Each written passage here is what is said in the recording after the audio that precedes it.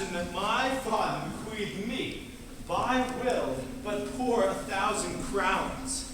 And as thou sayest, charge my brother on his blessing to breed me well.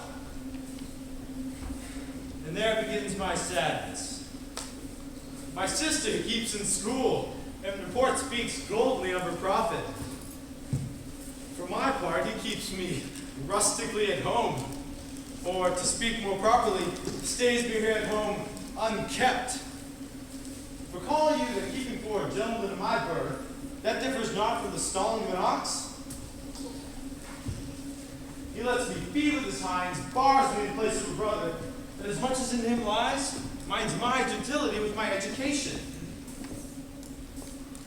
This is it, Adam, that grieves me, and the spirit of my father, which I think is within me, begins to mutiny against his servitudes.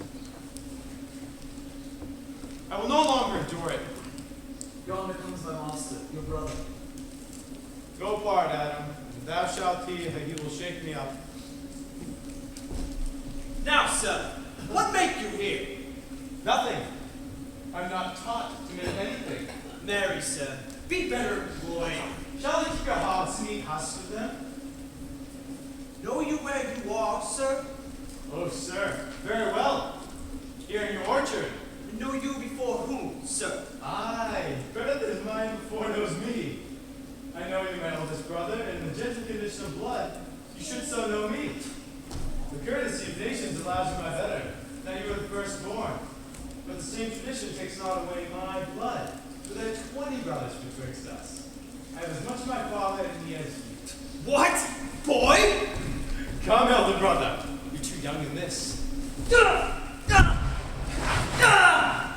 Wilt thou lay hands on me, villain? I'm no villain. I'm the youngest son of Sir Roland of Boys. He was my father, and he is thrice a villain for saying such a father begot villains. Wert thou not my brother, I will not take this hand from thy throat, till thou hast pulled out thy tongue for saying so. Thou hast railed on thyself. Sweet masters, be patient. Your father's remembrance be at accord. Let me go, I say! I will not till I please. You shall hear me. My father charged you on his will to give me a good education. You have trained me like a peasant, obscuring and hiding from me all gentlemanlike qualities. The spirit of my father grows strong in me, and I will no longer endure it. Give me the poor lottery my father left me by testament. With that, I will go buy my fortunes. What wilt thou do? Beg? When all that is spent? Well, sir, get you in. I will not long be troubled with you. You shall have some part of your will. I pray you, leave me. I will no further offend you than becomes me for my good. Get you with him, you old dog. Is old dog my reward? Most sure I've lost my teeth in your service. Gone me with my old master. Would have never spoken such a word. Is it even so? Begin you to grow upon me? I will visit your rightness, and yet give no 1,000 crowns neither. Hold up, Dennis. Calls, your worship? Was not Charles, the Duke's wrestler, here to see me? So please you. He is here at your door and importunes access to you. Call him. 'Twill be a good way, and tomorrow the wrestling is. Good morrow to your worship. Good Monsieur Charles. What's the new news at the new court? There's no news at the court, sir, but the old news. That is, the old duke is banished by his younger brother, the new duke, and 3 or 4 loving lords have put themselves into voluntary exile with him, whose lands and revenues enrich the new duke. Therefore, he gives them good leave to wander. Can you tell if Rosalind, the Duke's daughter, be banished with her father? Oh, no. For the duke's daughter, her cousin so loves her, being ever from their cradles bred together, that she would have followed her exile, or have died to stay behind her. She's at the court, and no less beloved of her uncle than his own daughter, and never 2 ladies loved as they do. But where will the old Duke live? They say he's already in the forest of Arden, and have many merry men with him. And there they live like the old Robin Hood of England. They say many young gentlemen flock to him every day and fleet the time carelessly, as they did in the golden world. Do you wrestle tomorrow before the Duke? Marry do I, sir, and I came to acquaint you with the matter. I am given, secretly, sir, to understand that your younger brother Orlando hath the disposition to come against me to try a fall. Your brother is but young and tender, and for your love, I would be loath to foil him. I tell you, Charles, he's the stubbornest young fellow of France, full of ambition, a secret and villainous contriver against me, his natural brother. Therefore, use thy discretion, and let leave thou to break his neck as his finger. I am heartily glad I came hither to you. I'll give him his payment. Farewell, good Charles.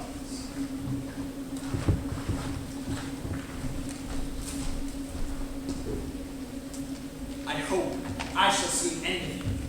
For my soul, yet I know not why, hates nothing more than he. And yet, he's gentle, never schooled and yet learned, full of noble device, and indeed so much in the eyes of the world and my own people that I am altogether surprised. But it shall not be so long. This wrestler shall clear all. I pray thee, Rosalind, sweet my cause, be married. Dear Celia, I show more mirth than I am mistress of, and were you yet I will marry her. Unless you could teach me to forget a banished father, you mustn't try to learn me any extraordinary pleasures. You know my father had no child but I, nor none is like to have. And truly, when he dies, thou shalt be his heir. For what he had taken from thy father by force, I will render thee again in affection, by mine honor by will. And when I break that oath, let me turn monster. Just my sweet Rose, my dear Rose, be married. What shall be our sport then? How now, wit, what a wonder you. Mistress, you must come away to your father. Were you made the messenger? No, by mine honor. But I was bid to come for you. Here comes Madame Lebel With her mouth full of news. Bonjour, Madame Lebel. What's the news? I will tell you the beginning, and if it pleases your ladyship, you may see the end. For the best is yet to do. For here, where you are, they are coming to perform it. There came an old man and his 3 sons. The eldest of the 3 wrestled Charles, the Duke's wrestler, which in a moment Charles threw him and broke 3 of his ribs, that there is little hope of life in him. So he served the second, and so the third. Yonder they lie, the poor old man, their father making such pitiful dole over them, that all the beholders take his part weeping. But is there any other that longs to hear this broken music in their sides? Is there yet another that dotes upon brick breaking? Shall we see this wrestling cousin? You must if you stay here, for here is the place appointed for the wrestling. And they are ready to perform it. Yonder should they are coming. Let us now stay and see it. How now, father? Cousin? Art thou crept hither to see the wrestling? Aye, my liege. So please you give us leave. You will take little delight in it, I can tell you. There's such odds in the man. In pity of the challenger's youth, I would fain dissuade him, but he will not be entreated.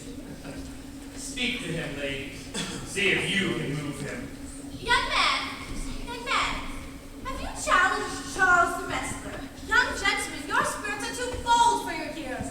We pray you, for your own sake, to embrace your own safety and give over this attempt. True, young sir, your reputation shall not therefore be misprized. We will make it our suit to the Duke that the wrestling might not go forward. Punish me not with your hard thoughts, lest your fair eyes and gentle wishes go with me to my trial. The little strength I have, I urge you, and mine to eke out hers. Fare you well. Come, where is this young gallant that is so desirous to lie with his mother earth? Ready, sir. You should not have mocked me. You will try but one fall.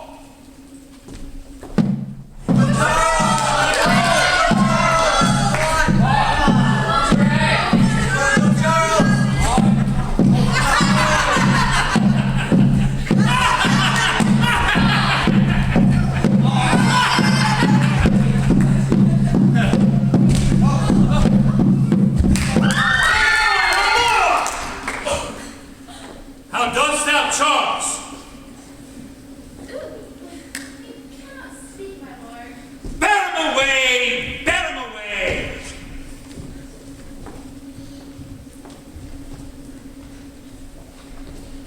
What is thy name, young man?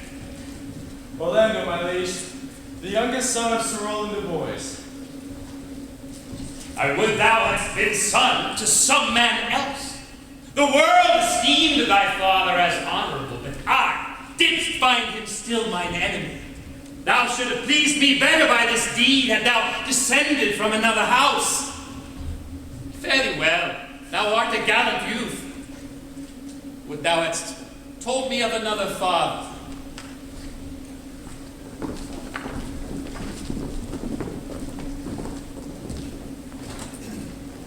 My father loved Sir Roland as his soul, and all the world was at my father's side. My father's proud of an envious disposition sticks me in heart. Sir, you have well deserved. Gentlemen, wear this for me, when out of suits with fortune that could give more but that her hand lacks the means. Can I not say thank you? Did you call, sir? Sir, you have wrestled well, and overthrown more than your enemies. Oh, poor Orlando. Thou art overthrown. Good sir, I do in friendship counsel you to leave this place, albeit you have deserved high condemnation, true applause, and love. And such is now the Duke's condition that you have misconstrued all that you have done. I thank you, madam. And pray, tell me this. Which of the two is the daughter of the Duke that was here at the wrestling? Neither his daughter is judged by manners, but yet indeed the lesser is his daughter. The other is daughter to the banished Duke, here detained by her usurping uncle, to keep his daughter company. But I can tell you that of late this Duke has taken displeasure with his judgments, grounded upon no other argument but that the people praise her for her virtues and pity her for her good father's sake. And on my life, his malice and for lady will son of the very poor. Sir, very well. I rest much bound with you. Very well. Thus must I from the smoke into the smother, from tyrant Duke to tyrant brother. But heavenly Rosalind, Rosalind? You would have mercy, no words. Not what to throw at a dog. Is all this for your father? No, some of it's for my child's father. Come wrestle with my affection. Let us talk in good earnest. Can it be possible that such a son should fall in sight with such a liking with old Sir Roland's youngest son? The Duke, my father, loved his father dearly. Does it therefore ensue that you should love his son dearly? Here comes the Duke, with his eyes full of anger. Mistress, dispatch you with your safest haste and get you from our court. Me, uncle. You, cousin, within these 10 days, thou beest found so near our public court as 20 miles, thou diest for it. I do beseech your grace, let the knowledge of my fault perish me. Never so much as in a thought unborn did I offend your highness. Let it suffice thee that I trust thee not. Yet your mistrust cannot make me traitor. Thou art thy father's daughter. There's enough. Dear sovereign, can we speak? Aye, Celia, we stayed her for your sake, else had she with her father ranged along. She is too subtle for thee, and her smoothness, her very silence, and her patience speak to the people, and they pity her. She robs thee of thy name, and thou wilt show more brightly and seem more virtuous when she is gone. Then open not thy lips. Firm and irrevocable is my doom, which I have passed upon her. She is banished. Pronounce that sentence on me, my liege. I cannot live out of her company. You are a fool. You, niece, provide yourself, and if you outstay the time, on my honor and in the greatness of my word, you die.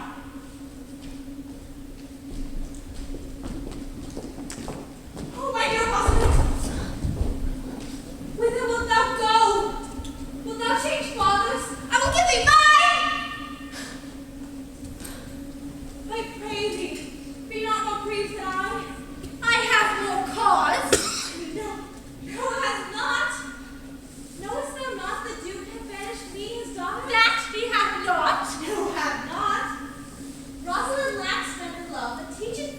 sweet girl? No. Let my father seek another heir.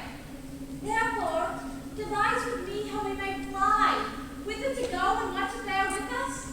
And do not seek to take your charge upon you, to bear your griefs yourself and leave me out. For by the heaven at our sorrows pair, say what thou canst, I'll go along with thee. Why, whither shall we go? To seek my uncle in the forest of Arden. Alas, what change you will be to us, maids as we are, to travel forth so far. Beauty provoketh thieves sooner than gold.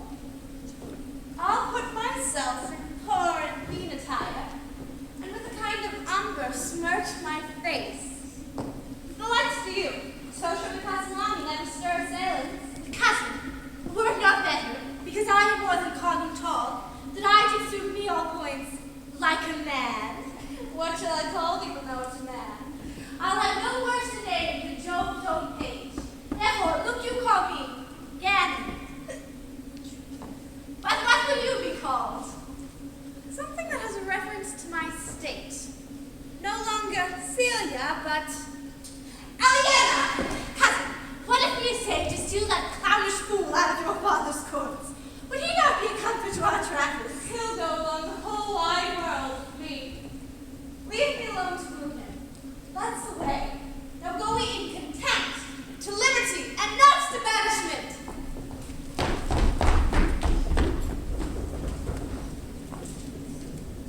Who's there? Oh, my sweet master. Oh, you memory of old Sir Roland.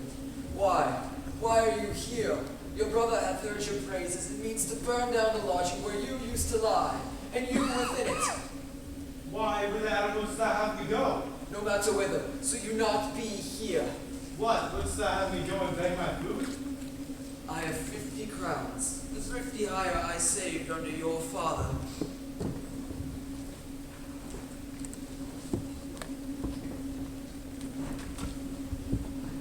All of the gold I will give to you. Let me be your servant. Though I look old, I am strong. I can do the service of a younger man. Oh, good old man. Thou art not for the fashion of these times where none will sweat but for promotion. But come thy ways. We'll go along together. And ere we have thy youthful wages spent, we'll light upon some settled low content. And I will follow thee to the last gasp with truth and loyalty.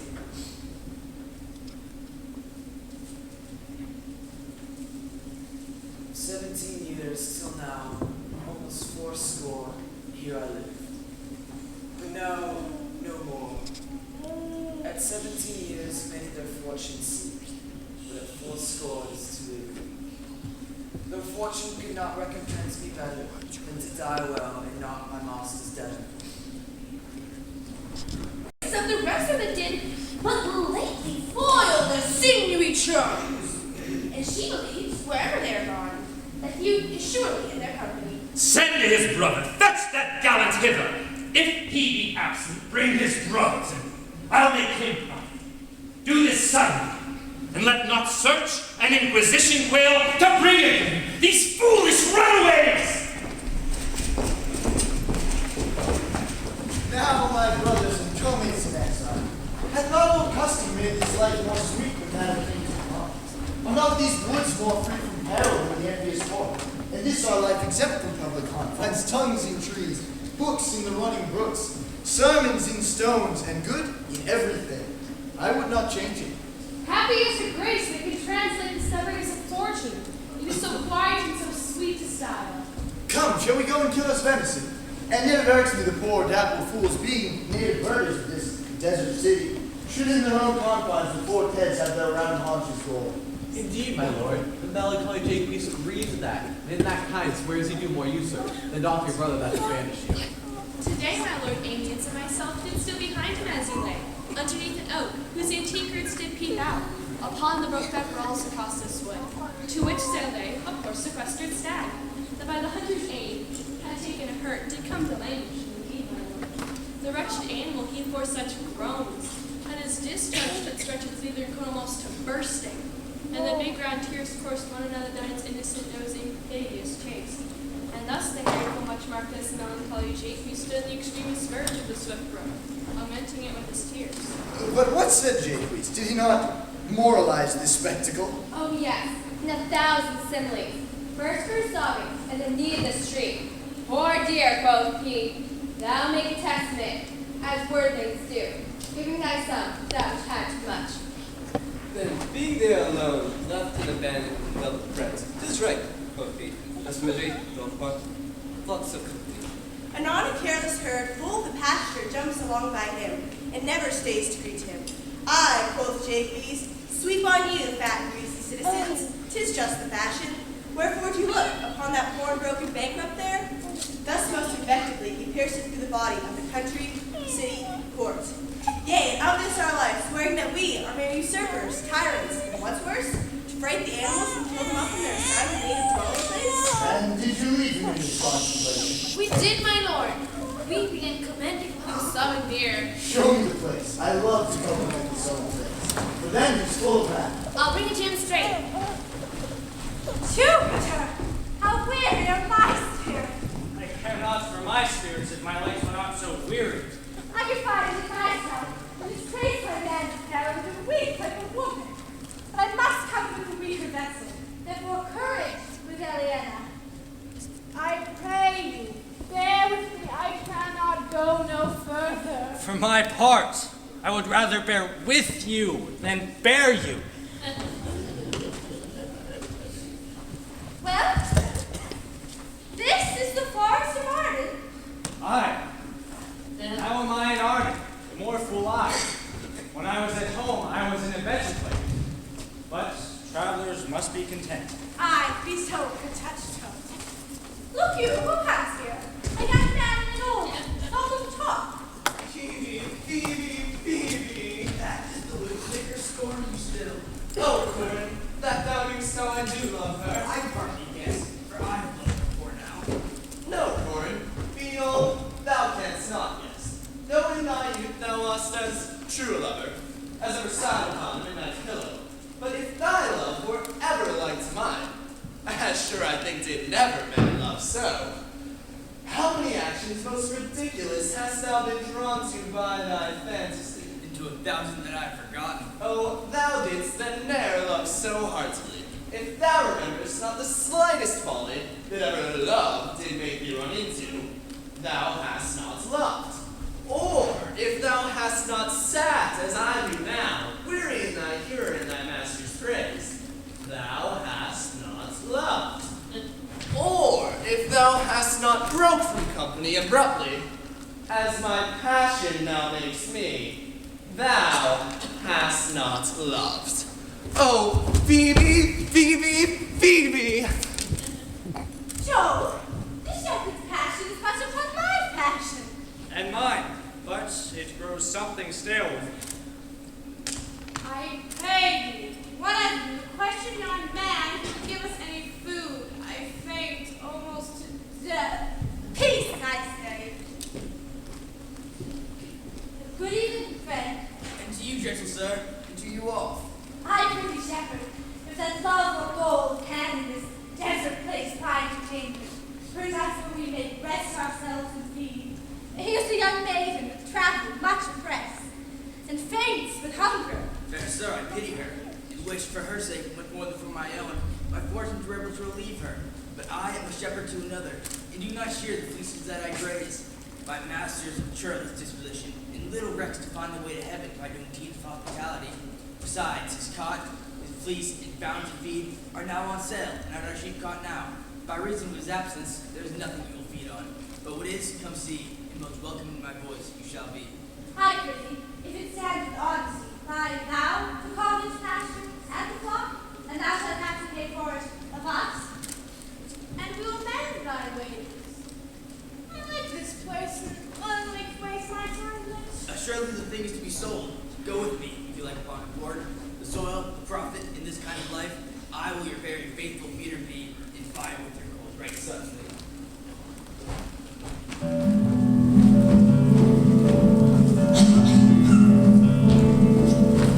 Under the greenwood tree, who loves to lie with me?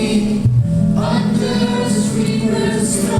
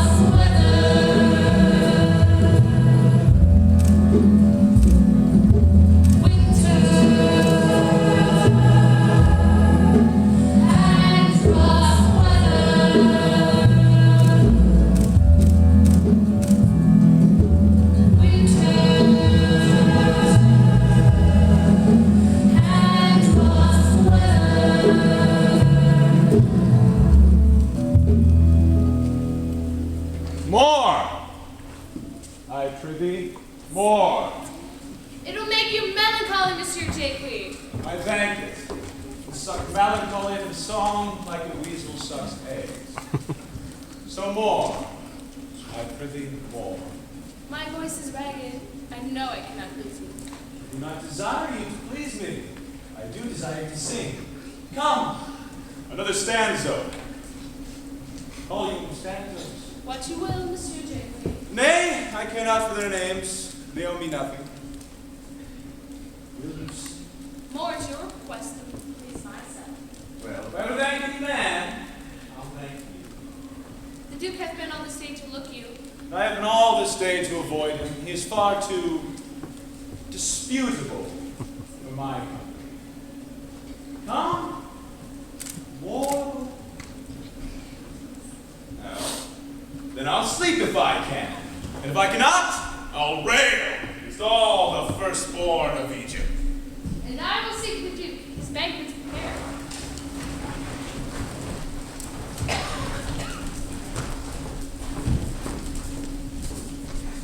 Oh, master, I can go no further. Oh, how I die for food. Here I lie down and measure out my grave. Goodbye, kind master. Why, how now, Adam? No greater heart in thee? Live a little, comfort a little, cheer thyself a little. If this uncouth forest yield anything savage, I will either be food for it, or I will bring it for food to thee. For my sake, be comfortable. Hold death a while at the arm's end. I will here be with thee presently, and if I bring thee not something to eat, I will give thee leave to die. But if thou diest before I come, thou art a mocker of my labor. Come, I will bear thee to some shelter, shall not die for lack of a dinner, there live anything in this desert. Cheer up, good Adam. I think he be transformed into a beast, for I can nowhere find him like a man. My lord, he has but even now gone hence. Here it was married, hearing of a song. If he compacted jars broken his skull, we shall have surely his Lord in the spirits. Go, seek him. Tell him I will speak with him. He saves my labor by his own approach. Why, how now, monsieur? What life is this that your poor friends must woo your company? What, you look merry? A fool, a fool, a fool. I met a fool in the forest. A motley fool, a miserable world. I met a fool who laid him down and basked him in the sun and says quite wisely, it is 10 o'clock. Thus we may see, quoth he, how the world wags. 'Tis but an hour ago since it was 9, and in 1 hour more 'twill be 11. And thus, from hour to hour, we ripe and ripe. And from hour to hour, we ripe, rot and rot. What fool is this? Oh, worthy fool, one that's been a courtier, and says, young and fair. They have the gift to know it. And in his brain, which is as dry as the remainder biscuit, he has in strange places crammed as it events. Oh, that I were a fool. I am ambitious for a month. Thou shalt have one. It is my only suit, provided you lead yourself, your better judgment to me than I'm wise. I must have as large a charter as a wind to blow onto my leaves. For so fools now. Invest me in my body, give me leave, and I will through and through cleanse the foul body of the infected world. If they will only patiently receive my medicine. Well, where are you no more? Right. I be not yet. Nor shalt not till necessity be served. And lunch is hot. Art thou thus beholden back by thy distress, or else the rude despiser of good manners and incivility thou seemst so empty? He touched my vein at first, but forbear, I say. He dies for just any of this fruit till I and my affairs are answered to. As he will not be answered with reason. I must die.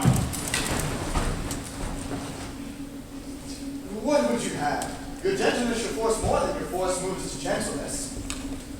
I almost die for food. And let me have it. Sit down and feed. Welcome to our table. Speak you so gently? Pardon me, I pray you. I thought all things have been savage here. Let gentleness my strong enforcement be, in the which hope I blush and hide my sword. Therefore sit you down in gentleness. There's no poor man who after me hath many a weary step limped in pure love, till he first be sufficed, oppressed with 2 weak evils, age and hunger. I'll not touch a bit. Go, find him out, and we will nothing wait till you return. I thank you, and be blessed for your good comfort. Thou seest we are not all alone unhappy. This wide and universal theater presents more woeful pageants than the scenes wherein we play it. All the world is stage, and all the men and women merely players. They have their exits and their entrances, and one man in his time plays many parts. His acts being 7 First, the infant, mewling, puking in the nurse's arms, and then the schoolboy, with satchel, shining morning face, and creeping like a snail, unwillingly to school. And then the lover, sighing like the furnace, with ballad maidens and mistress's eyebrow. And then the soldier, full of strange oaths and bearded like the pard, full of ambition, seeking the bubble reputation, even in the cannon's mouth. And then the justice, in fair round belly, good cape and line, eyes severe, beard of more formal cut, full of wise saws and modern instances, and so he plays his part. The age then shifts to the lean and slippered pantaloon, pouch on side and spectacles on nose, his youthful hose well saved, but a world too wide for his shrunk shank, and his big, manly voice, turning again to a tired strum, bells and whistles on his side. And last scene of all, that ends this strange, eventful history, his second childishness in mere oblivion. Sans teeth, sans eyes, sans taste, sans everything. Welcome. Set down your venerable brother. Let him feed. I thank you most for him. So much you need. I can see I speak plenty for myself. Welcome. Fall to. Play music, and good cousin, sing.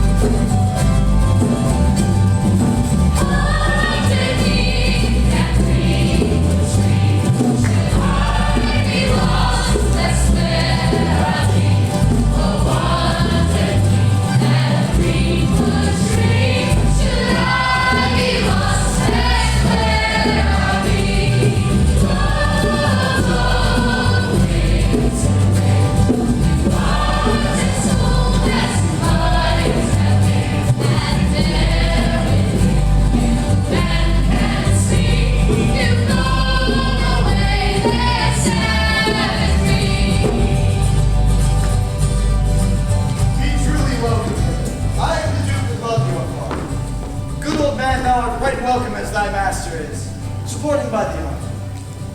Give me your hand, and let me all your fortunes understand.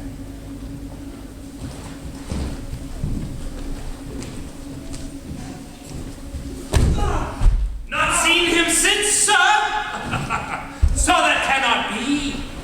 Find out thy brother wheresoever he is. Seek him with cattle. Bring him dead or living. seizure do we seize into our hands, till thou quit thee by thy brother's mouth of the things we think against thee. Oh, that your highness knew my haughtiness. I never loved my brother in my life. More villain thou.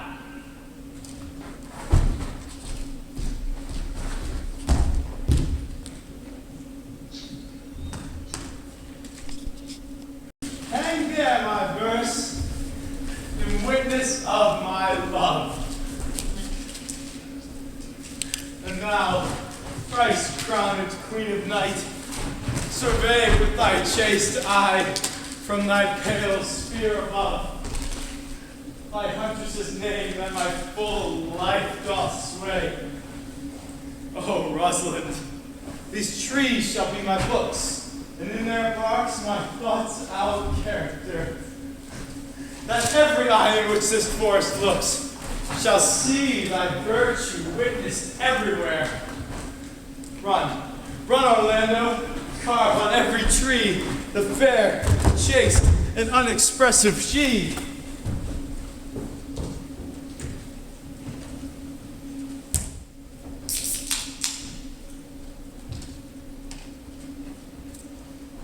So how like you this shepherd's life, Master Touchstone? Truly, shepherd, in respect of itself, it is a good life. But in respect that it is a shepherd's life, it is not. Now, in respect that it is solitary, I like it very well. But in respect that it is private, it is a very vile life. Now, in respect that it is in the field, it pleases me very well. But in respect that it is not in the court, it is tedious. Hast any philosophy in thee, shepherd? No more but that I know the more one sickens, the worse at ease he is. And that he who wants money means content, he's got 3 good friends. That the property of rain is to wet, and fire to burn. That good pasture makes fat sheep, and the greatest cause of night is lack of sun. Such a one is a natural philosopher. Wast thou ever in court, shepherd? No, truly. Then thou art damned. Nay, I hope. Truly, thou art damned. Like an ill-roasted egg all on one side. For not being in court, your reason. Why, if thou wast never in courts, thou never sawest good manners. If thou never sawest good manners, thy manners must be wicked. And wickedness is sin, and sin is damnation. Thou art in the parlous state court. Not a wick, Touchstone. Those that are good manners at the court are as ridiculous in the country as the manners of the country are most mockable at the court. You say you salute, not at the court, but you kiss your hands. The courtesy would be uncleanly if courtiers were shepherds. Instance. Briefly come instant. Why? We are still handling our ewes, and their fells, you know, are greasy. Why do not your courtiers' hands sweat? Sir, I am a true laborer. Oh, no man hate, envy no man's happiness, content with my own harm, and the greatest of my pride is to see my ewes graze and my lambs suck. That is another simple sin in you, to bring the ewes and the lambs together, and to offer to get your living by the copulation of cattle. Here comes young Master Ganymede, my new mistress's brother. From the east to western Inn, no jewel is like Rosalind. Her worth, a mountain on the wind. Through all the world, there's Rosalind. All the pictures, fairest line, are but black to Rosalind. Let no fair be kept in mind, not the fair of Rosalind. Hell, Ryan, you so 8 years together. Dinners, suppers, and sleeping hours accepted. This is the right but a woman's rank to market. Out, fool! If our hearts do lack a hind, let him seek out Rosaline. If the cats will after kind, so be sure will Rosaline. Winter garments must be lined, so must slender Rosaline. They that reap must even buy, then cigars with Rosaline. Sweetest nut have sourest rind, such a nut as Rosaline. He that sweetest rose will find, must find love's brick and Rosaline. This is the very full scallop of verses. Why do you infect yourself with them? Peace, you dull fool! I found them on a tree. Well then, truly, these trees yield bad fruit.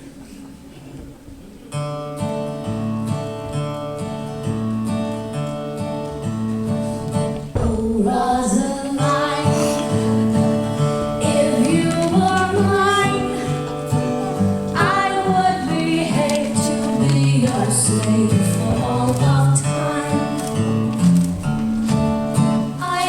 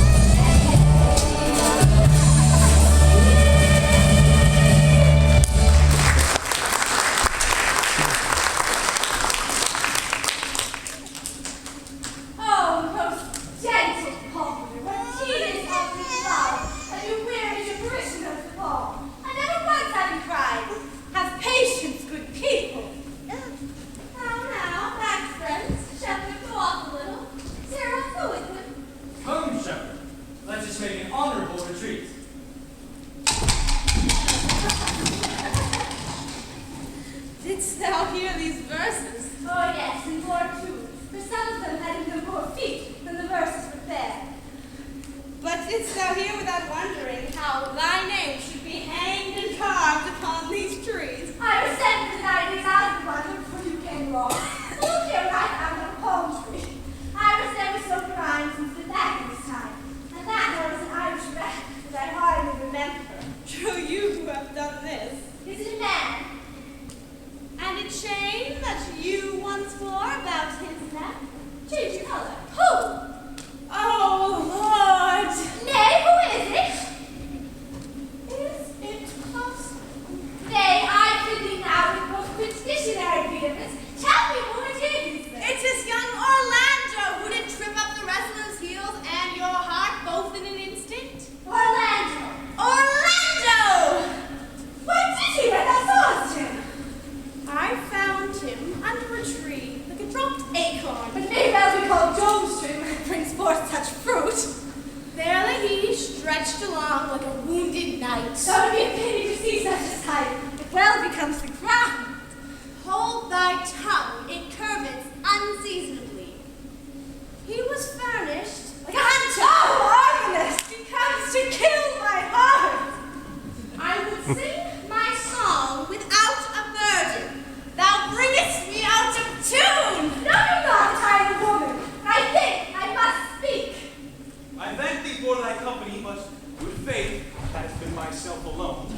And so had I, but yet for fashion's sake, I thank you too for your society. God be with you. Let us meet as little as we can. I do desire we may be better strangers. I pray you, mar no more trees with writing love songs on their barks. And I pray you, mar no more of my verses with reading them ill-favoredly. Rosalind is your true love's name? Yes, just. I do not like her name. There was no thought of pleasing you when she was christened. And what stature is she of? Just as high as my heart. You are full of pretty answers. Not so, but I am too, right? You do have a nimble wit. Come, sit with me. We two will rail against our cruel mistress, the world, and all our miseries. I will chide no breather against the world but myself, against whom I know most faults. The worst fault you have is to be in love. 'Tis a fault I will not change for your best virtue. I am weary of you. My troth, I was seeking for a fool when I found you. He is there on the brook. Look within, did you see him?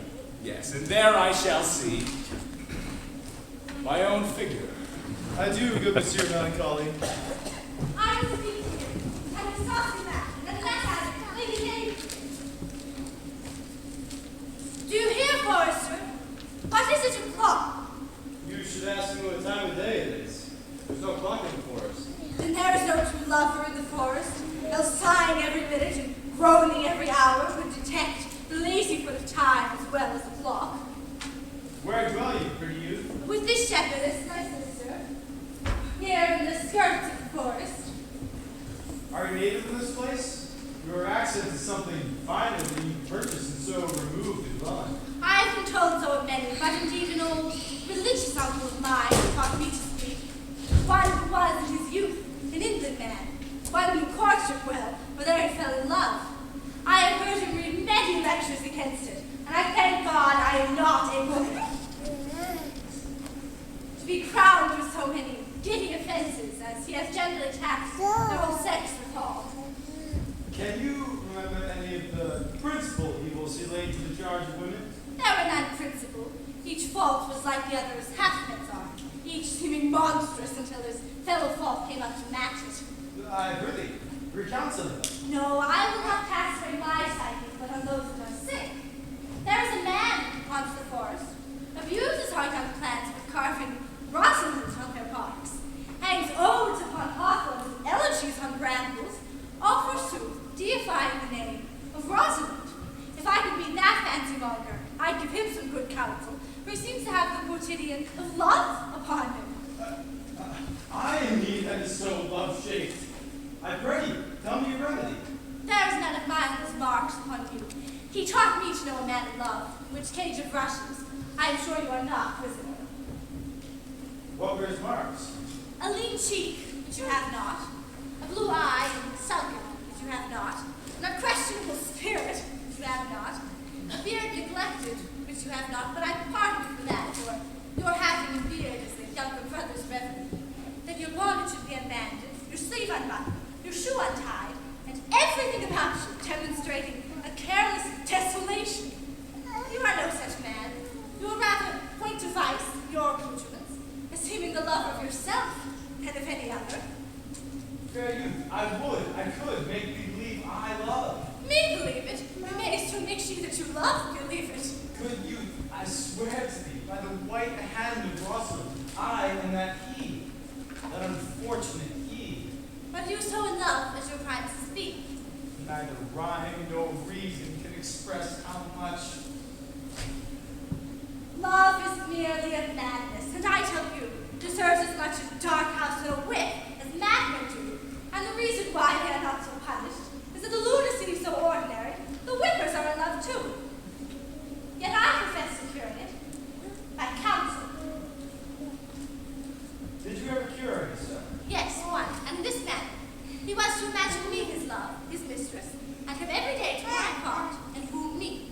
At which time would I, being but foolish youth, grieve, be effeminate, changeable, longing and liking, proud, fantastical, apish, shallow, inconstant, full of tears, full of smiles, for every passion something, and for no passion truly anything, as boys and women are for the most part cattle of this color, would now like him, now loathe him, then entertain him, then forswear him, now weep for him, and spit at him, that I drave my suitor from his mad humor of love to a living humor of madness, which was to forswear the full stream of the world, and to live in a nook, merely monastic. And thus I cured him, and thus will I take it upon me to wash your liver as clean as a sound sheep's heart, that there shall not be one spot of love in it. I would not be cured, youth. I would cure you, if you would but come to my cot every day and woo me. Now, by the faith of my love, I will. Tell me where it is. Go with me to it, and I'll show it you. And by the way, you shall tell me where in the forest you live. Will you go? With all my heart, good youth. Nay, you must call me Rosalind. Come, sister. Will you go? Rosalind.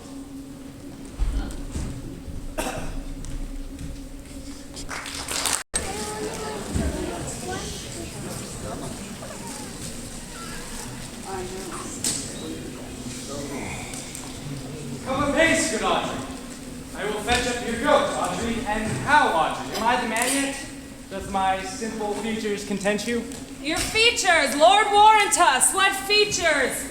I am here with thee and thy goats, as the most capricious poet, honest Ovid, was among the gods. Truly I would the gods have made thee poetical. I do not know what poetical is. Is it honestly being word? Is it a true thing? No truth. For the truest poetry is the most feigned. And lovers are given to poetry, and what they swear in poetry may be said, as lovers they do feign. Do you wish then that the gods had made me poetical? I do, truly. For thou swearest to me thou art honest. Now if thou wert a poet, I might have some hope thou didst feign. Would you not have me honest? No, truly. Unless thou wert hard-favored. For to have honesty coupled to beauty is to have honey sauced to sugar. Well, I am not fair. And therefore I pray the gods make me honest. Truly. And to cast away honesty upon a foul slut would put good meat into an unclean dish. I am not a slut! Though I thank the gods I am foul. Well, praise be the gods for thy foulness. Sluttishness may come here often. But, be it as it may be, I will marry thee. I will marry thee. And to that end, I have been with the vicar of the next village, who hath promised to meet me in this place of the forest, and to couple us. Well, the gods gave us joy. Courage! Here she comes!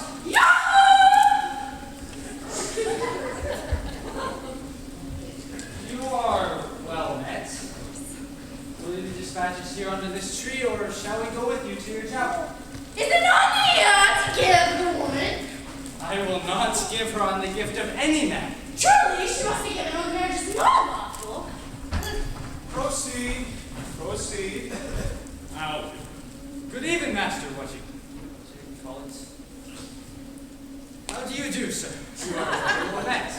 God healed you for your last company, sir. I am very glad to see you. You be married mockly? As the ox hath his vow, sir, the horse's curb and the falcon her belt, so man hath his desire. And as pigeon's bill, so wedlock would be nibbling. You being a man of your breeding, we married in the bush like a bear. Come, get you a church with good things, we show you married. I am not in the mind, but I would better be married of her than of another, for she is not like to marry me well, and not being well married, it would be a good excuse for me hereafter to leave my wife. Come, let the counsel be. Come, sweet Audrey, we must be married, or we must live in bondage.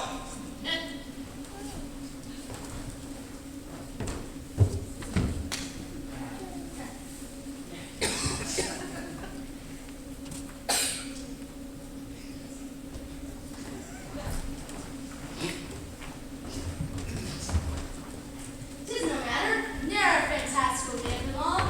Shall rob me of my collar. Never speak to me. I will weep. Do I prithee, but yet have the grace to consider that tears do not become a man. Is I not cause to weep? As good a cause as one for desire. Therefore, weep. But why did he swear he would come this morning, and he comes not? Nay, there is no truth in it. Do you think so? Yes, when he is in. But I think he is not in. You heard him swear downright that he was. Was is not is. Who comes here? Mistress and master! Mistress and master! You've oft inquired after the shepherd who complained his love, who's sitting next on the turf. That was his mistress. And what's of him? If you'll see a pageant truly played between the pale complexion of love and the red glow of scorn and disdain, go hence a little, and I shall conduct you. Sweet Phoebe, do not scorn me, do not, Phoebe. Say that you love me not, but say not so in bitterness. I would not be thy executor. I fly thee, for I would not injure thee. If ever, as I ever may be near, you meet in some fresh cheek the power of fancy, then shall you know the wounds invisible that love's keen arrows made. But till that time, come not thou near me. And when that time comes, afflict me with thy locks, pity me not. For until that time, I shall not pity thee. And why, I pray you, who might be your mother, that you insult, exalt, and all at once over wretched? What? You have no beauty, as in I say that I see your own you, the name I can answer with heart to bed. I should therefore be proud, pitiless. Why? What means this? Why do you look on me?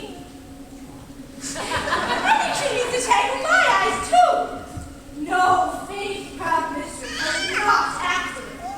It's not your leaky brow, your black silk hair, your bugle eyeball, or your cheek of cream that can attain my spirits to your worship.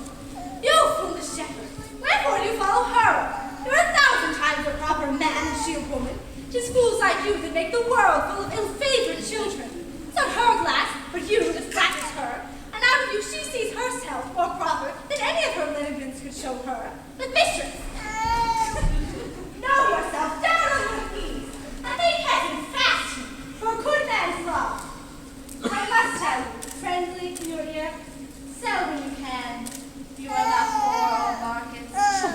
Try the man mercy, love him, take his offer. You, I pray, chide another year, for I would rather hear you chide. Then this man will. She's fallen in love with your flowers, and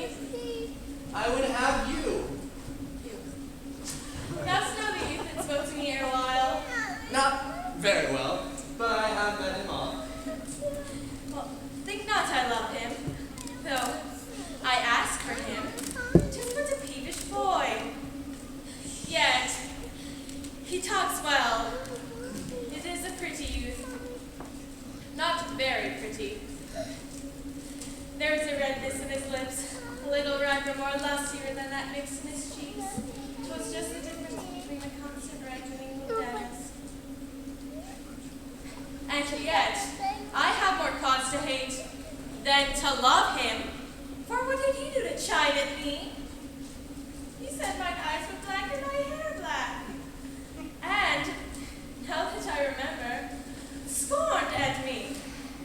I marvel why I answer not again. I shall write him a very taunting letter. And thou shalt bear it, will thou, Sylvius? Phoebe, with all my heart. I'll write it straight, the matters in my head and in my heart. I'll be bitter with it and passing short. Go with me, Sylvius.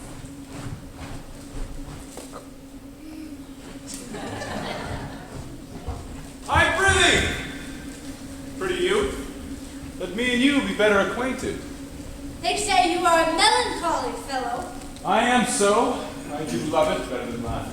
Those that are in extremity of evil are abominable fellows that betray themselves.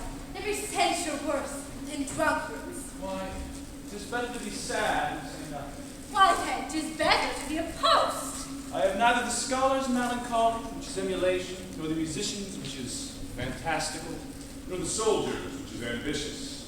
nor the lawyer's, which is political, nor the lady's, which is nice. For the lovers, which is all these things. Rather, it is melancholy of my own, the sundries contemplation of my travels, from which I derive the most humorous sadness. A traveler. By my faith, you have great reason to be sad. I fear you have sold your own lands to see other men's. Then, having seen much and having little, is of rich eyes and poor hands. Yes, and I have gained my experience. I had rather a fool to make me merry than experience to make me sad, and to travel for it too. Farewell, Monsieur Traveler.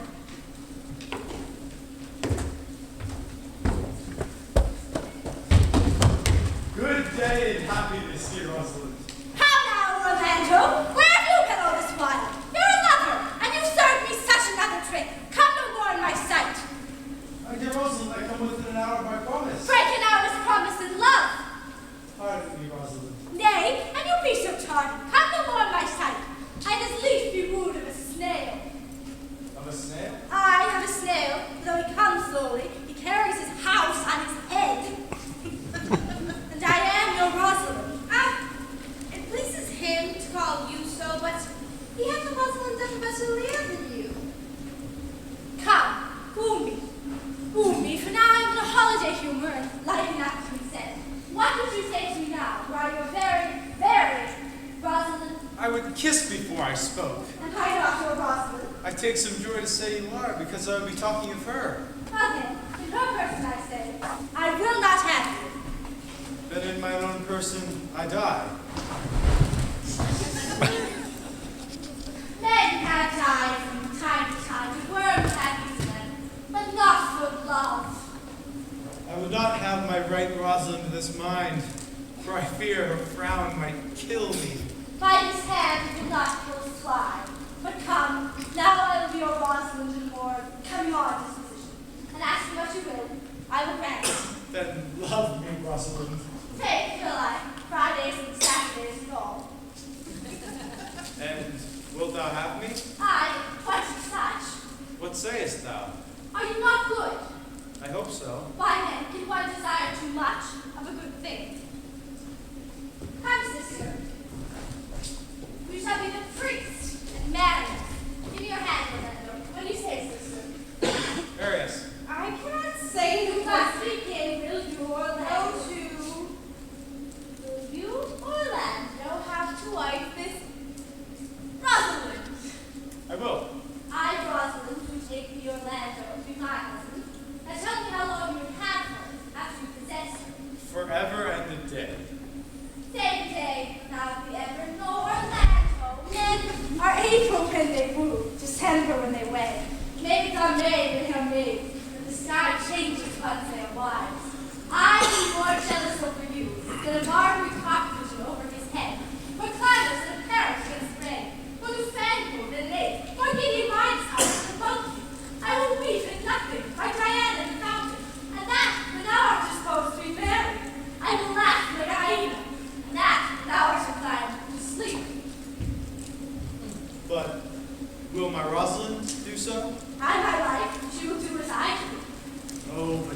wise. For these 2 hours, Rosalind, I will leave thee. Alas, dear love, I cannot lack thee for 2 hours. I must attend the Duke at dinner. By 2 o'clock I will be with thee again. I go your ways, go your ways. I knew what you would prove. My friends told me as much, but I thought no less. It's that flattering tongue of yours that won me. 2 o'clock is your hour. Aye, sweet Rosalind. But if you break one jot of your promise, or come 1 minute behind your hour, I will think you the most pathetically break promise, the most hollow lover, and the most unworthy of she that you call Rosalind, that may be chosen out of the gross band of the unfaithful. Therefore beware my censure, and keep your promise.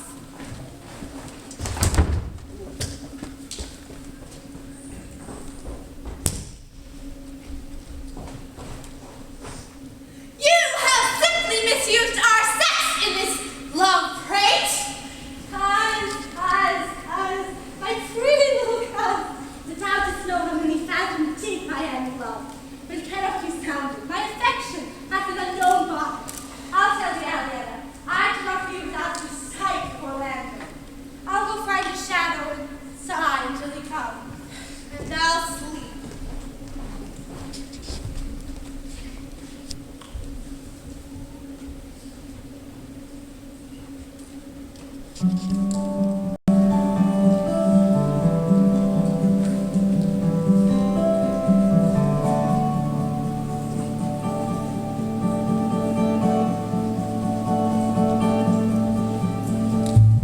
He comes to steal my heart, oh cause I'll bear my chest to Cupid's heart, oh cause in court or garden, pardon me,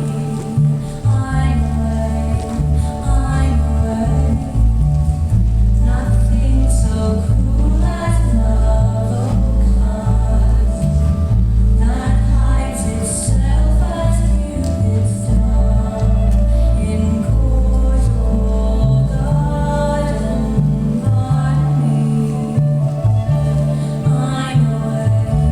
I'm away.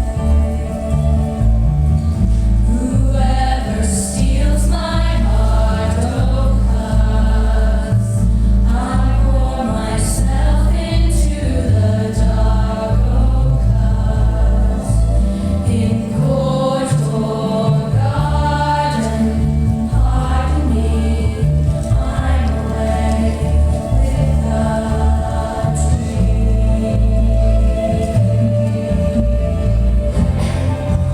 In court or garden, pardon me, I'm away under greenwood tree. In court or garden, pardon me, I'm away greenwood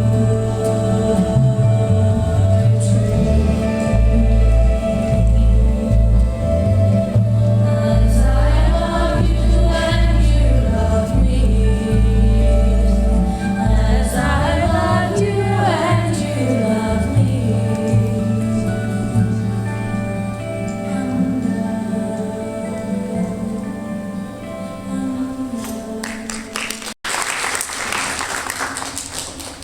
Fair you.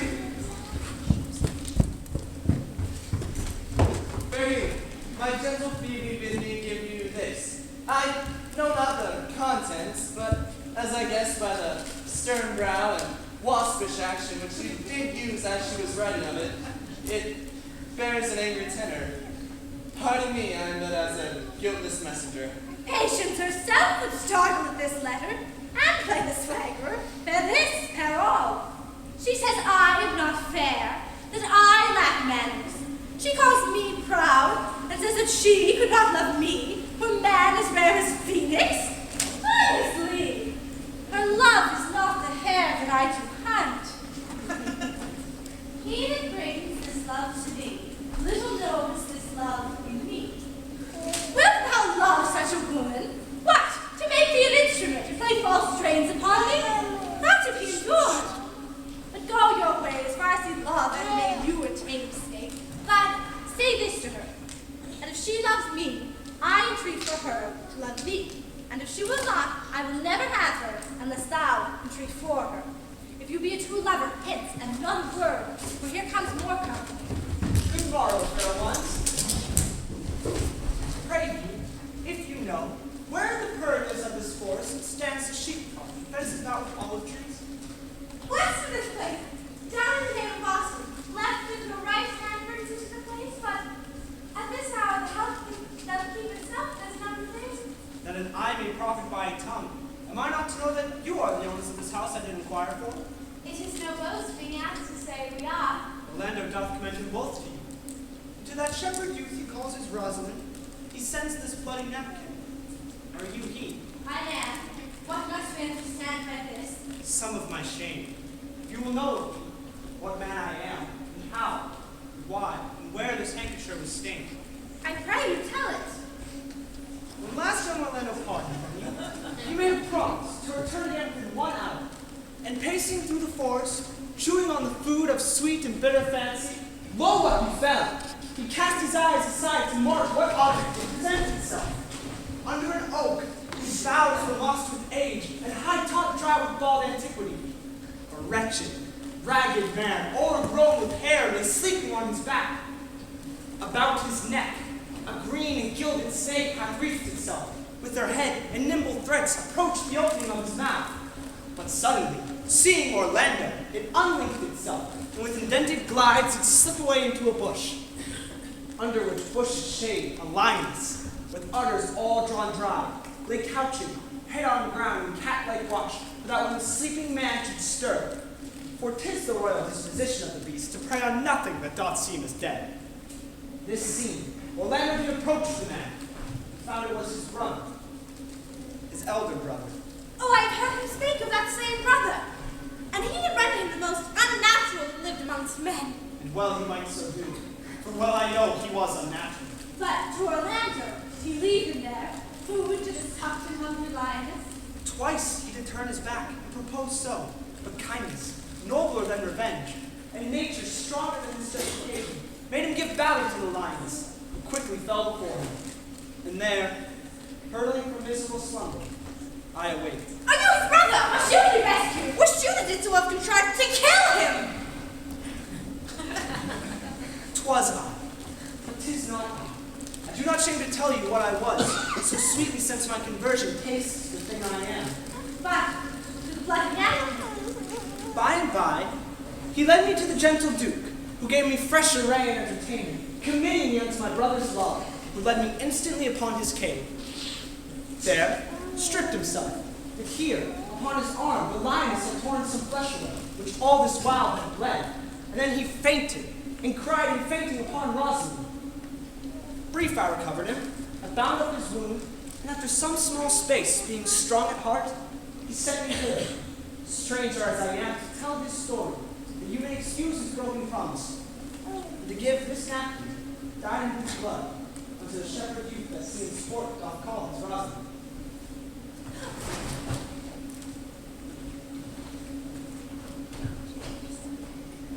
I pray, tell your brother how well I counterfeit. This was not counterfeit. There's too great testimony in your complexion that this was a passion of earnest. Counterfeit, I assure you. Well then, take a good heart and counterfeit to be a man. So I do in faith. I should have been a woman by right. Come, you look paler and paler. Pray you draw homewards. Good sir, go with us. That will I, for I must answer back on how you excuse my brother Rosalind.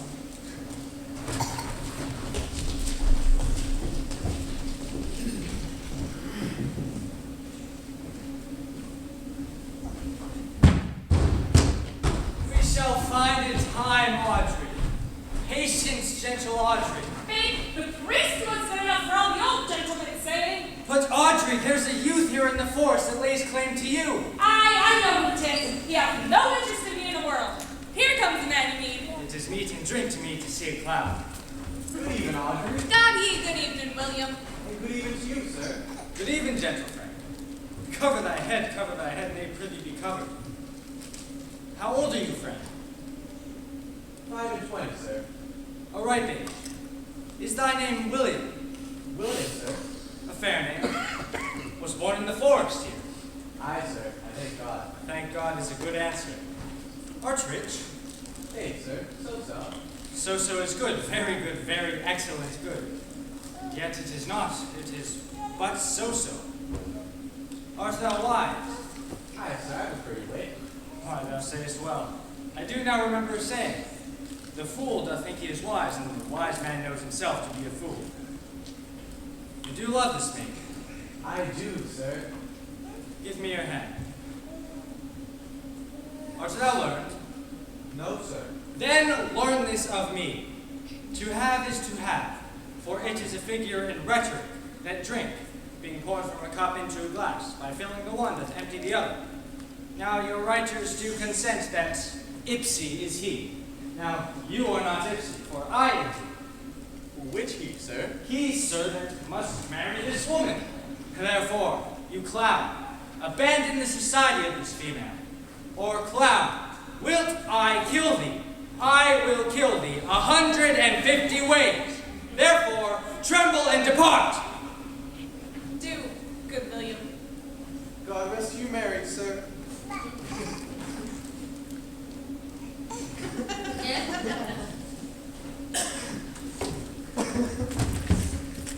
My mistress is out to seek you. Come away! Away! Tripod! Tripod! I intend! Is it possible that on so little acquaintance you should come to like her? That, but see, you should love her. And loving woo, and wooing she should grant. And will you persevere to enjoy her? Neither call the beginnings out of question. The poverty of her, the small acquaintance, my sudden wooing, nor her sudden consenting. But say with me, I love Eliana. Say with her that she loves me. Consent with both that we may enjoy each other. Shall be to your good. For my father's house, and all the revenue that was old Sir Roland's, will I estate upon you. And here live and die, shepherd. You have my consent. Sorry. Let your wedding be tomorrow. Thither will I invite the Duke and all his contingent followers. Go you, and prepare Allian. Oh, my dear Orlando, how it grieves me to see thee wear thy heart in a scarf. It is my arm. I thought thy heart had been wounded with the claws of a lion. Wounded it is, but with the eyes of a lady. Did your brother tell you how well I counterfeited to spoon when he showed me your handkerchief? Aye, and greater wonders than that. Your brother and my sister no sooner met than they looked, no sooner looked but they loved, no sooner loved but they sighed, no sooner sighed but they asked one another the reason, no sooner knew the reason but they sought the remedy, and these degrees they made a pair of stairs to marriage.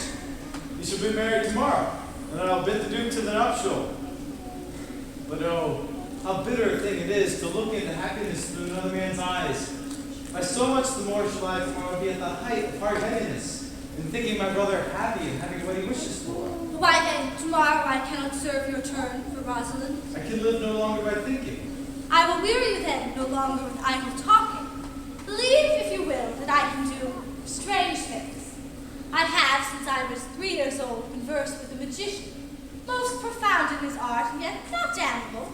If you do love Rosalind so near the heart, your gesture cries it out. Tomorrow, when your brother marries Aliena, shall you marry her? I know into what straits of fortune she is driven, and it is not impossible to me, if it appear not inconvenient to you, to set her before your eyes tomorrow, human as she is, and without any danger. Speakest thou in sober meanings? You will be married tomorrow, if you shall, and to Rosalind, if you will. You have done me much ungentleness to show the letter that I bring to you. I care not if I had. It is my setting to seem ungentle and despiteful to you. You are there followed by a faithful shepherd. Look upon him. Love him. He worships you. Then, shepherd, tell this youth what 'tis to love. It is to be all made of sighs and tears. And so am I for Phoebe. And so am I for Ganymede. And so am I for Rosalind. So am I for noblemen. It is to be all made of faith and service. And so am I for Phoebe. And so am I for Ganymede. And so am I for Rosalind. So am I for noblemen. It is to be all made of fantasy, all made of passion, and all made of wishes, all adoration, duty, and observance, all humbleness, all patience and impatience, all purity, all trial, all observance. And so am I for Phoebe. And so am I for Ganymede. And so am I for Rosalind. So am I for noblemen. If this be so, why blame you me to love you? If this be so, why blame you me to love you? If this be so, why blame you me to love you? Who do you speak to? Why blame you me to love you? To her that is not here, nor doth not hear. Pray do no more of this. 'Tis like the howling of Irish wolves against the moon. I will help you if I can. I would love you if I could. Tomorrow meet we all together. I will marry you if ever I marry woman, and you shall be married tomorrow. I'll satisfy you whenever I satisfy man, and you shall be married tomorrow. I will content you if what pleases you contents you, and you shall be married tomorrow. As you love Rosalind, meet, never mind, as you love me, meet, and as I love no woman, I'll meet. So fare you well, I've left you commands. I'll not fail if I live. Nor I. Nor I.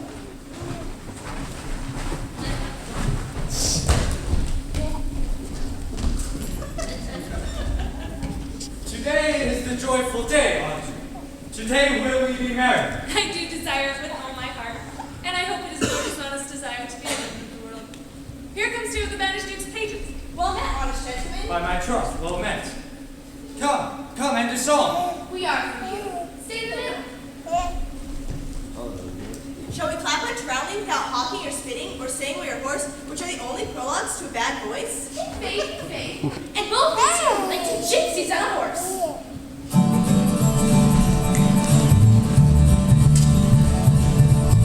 It was a lover and it lasts. Hey ho, hey ho, no green cough really has. Hey ho, hey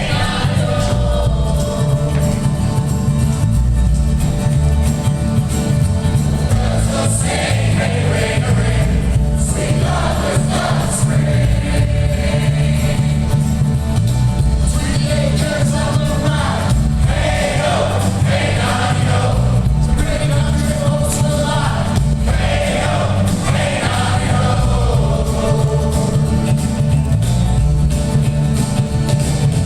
birds will sing, hey ring a ring, sweet lovers love spring. Carolina, sing this out. Hey ho, hey ho, our life is but a flower. Hey ho, hey ho, birds will sing, hey ring a ring, sweet lovers love spring. Birds will sing, hey ring a ring, sweet lovers love spring. Sweet lovers love spring.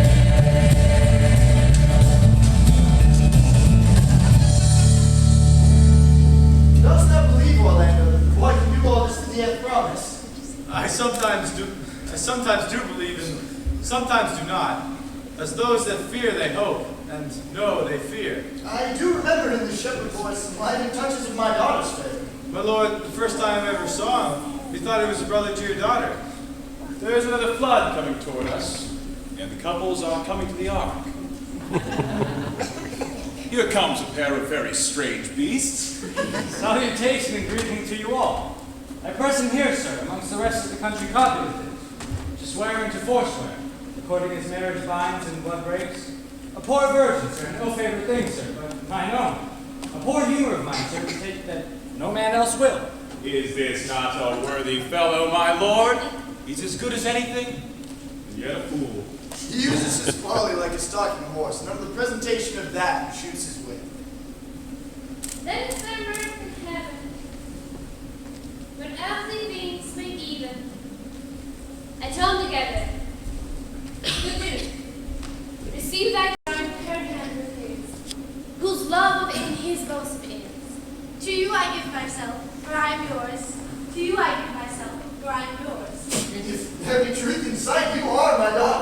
there be truth in sight, you are my Rosalind. If sight should be true, why let my mother do? I'll have no father, lest you be he. I'll have no husband, lest you be he. Nor ne'er wed woman, lest you be she. Peace hope. I brought confusion. Thou must make confusion of these most strange events. Here's 8 that must take hands to join in Hymen's bands, if truth holds true contents. You and you no cross shall part. You and you are hard at heart. You to his love must accord, or his woman to your lord. You and you are sure together, as the winter to foul weather. While to wedlock come we sing, feed yourselves with questions, that reason wonder made image. Well, that's we met, and these things finish.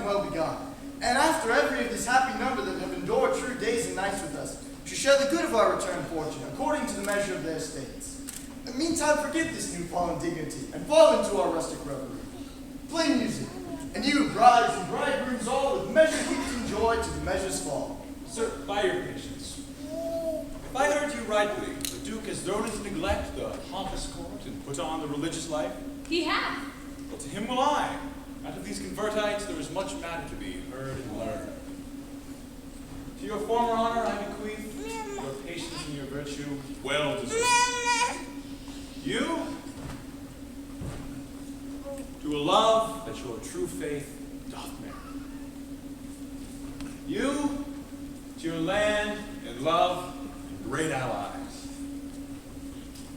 You will have a long, well-deserved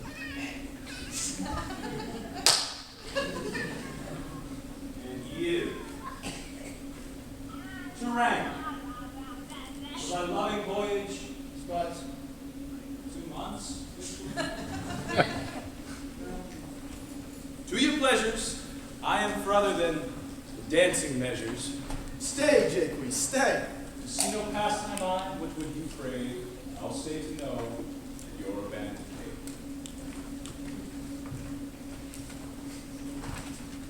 Proceed, proceed. We will begin these rites as we do trust our end in true delights.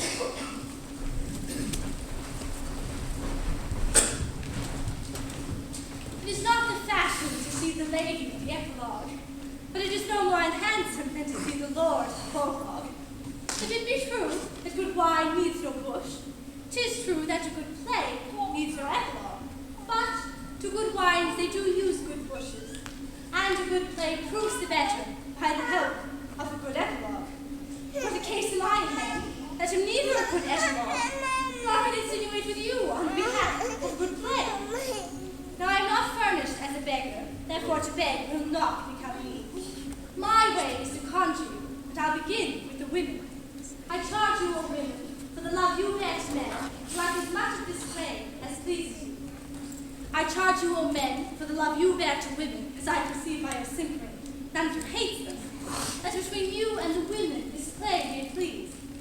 Were I a woman, I would kiss as many of you as had beards that liked me, complexions that pleased me, and breasts that I defiled not. And I am sure, as many of you as have good beards or good faces or sweet breasts will, for my kind offer, when I make curtsy, bid me farewell.